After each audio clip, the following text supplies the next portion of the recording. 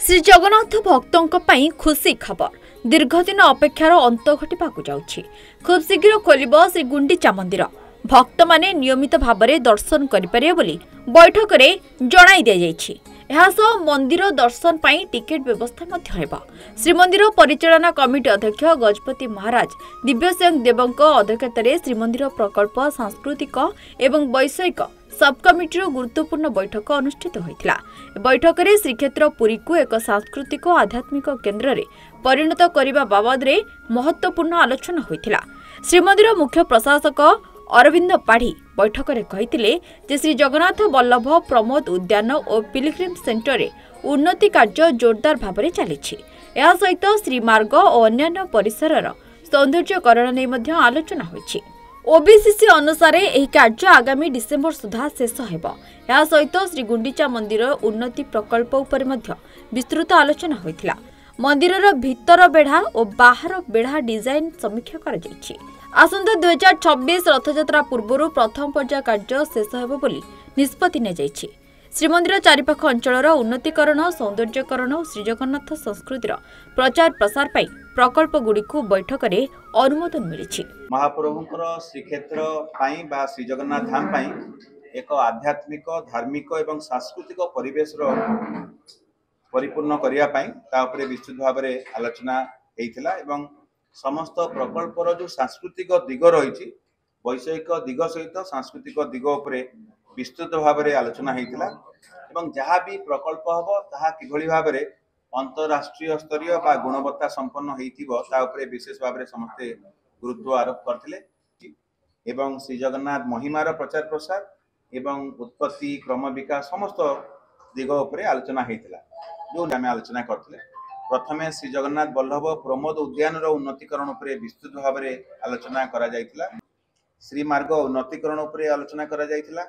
Shri Jagannath Vallabh Pilgrim centre संपूर्ण एवं रक्षणाबेक्षण संपर्क में आलोचना होता एवं ता उपरे सेमाने हमको सूचना देथिले जे जो टॉप फ्लोर अच्छी जो थे कि 5th फ्लोर रे हमर जो मल्टी लेवल माने मल्टीपर्पज हॉल होउची ताकू छाड़ी करी बाकी सब डिसेम्बर सुधा ताकू संपूर्ण करा जिवो। एथिरे श्री गुंडीचा मंदिर भीतर बेढ़ा हो कि बाहर बेढ़ार जो पुनः उन्नतीकरण प्रस्तावित डिजाइन एवं मास्टर प्लान अच्छी सब कमिटी समीक्षा करथिले एवं विभिन्न प्रकार निर्दिष्ट परामर्श देथिले।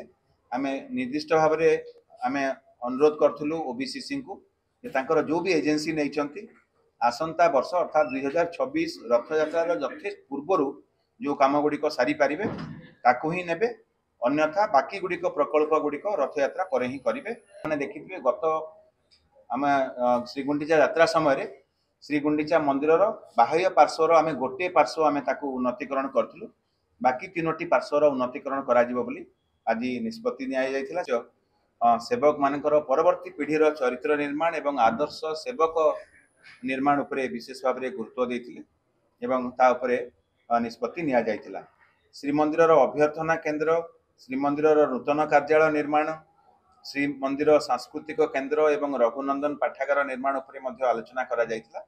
सेथिरे जहाँ भी मॉडर्न टेक्नोलोजी व्यवहार करा जिवो जद्वारा कि जेकोसी प्रांत में जेकोसी भक्त श्रद्धालु कि कौन गवेषक अच्छा श्री जगन्नाथ मंदिर संस्कृतिर से तार जमी आहरण करें आम एएसआई द्वारा तांकर जो एम्पानेल कंसल्टेंट अच्छा द्वारा श्रीमंदिर ऐतिह्य आलोकीकरण ताको आम जब इंग्राजी कहवा हेरिटेज इल्यूमिनेशन प्रोजेक्ट गोटे करूँ तार इतिमध्य आम पाखे डीपीआर पहुँची सारी एवं डीपीआर उपरे आम आलोचना कलु एवं समस्त सब कमिटी ताकू सहर्ष सहित ग्रहण कले एवं परामर्श कले जो भाव में जल्दी तार सुपरिचालना करा व्यवस्थित ढंग से तार जो प्रोसीजर अच्छी किभली भाव में कार्यक्षम करा आमर मुख्य मंदिर आमर गर्भगृह जगमोहन नाटमंडप भोग मंडप छाड़ी बाहर जिते पार्श्व मंदिर अच्छी देवादेवी मंदिर अच्छी आनंद बजार अच्छी मेघनाथ प्राचीर अच्छी कूर्म बेढ़ा अच्छी सबूक हेरिटेज इल्यूमिनेशन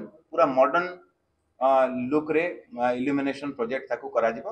मंदिर नाटमंडप रे शीतताप नियंत्रण मेसीन संस्थापन संपर्क में मैं आज संक्षिप्त भाव में आलोचना कलु। श्री गुंडीचा मंदिर ता उपरे भी आलोचना है।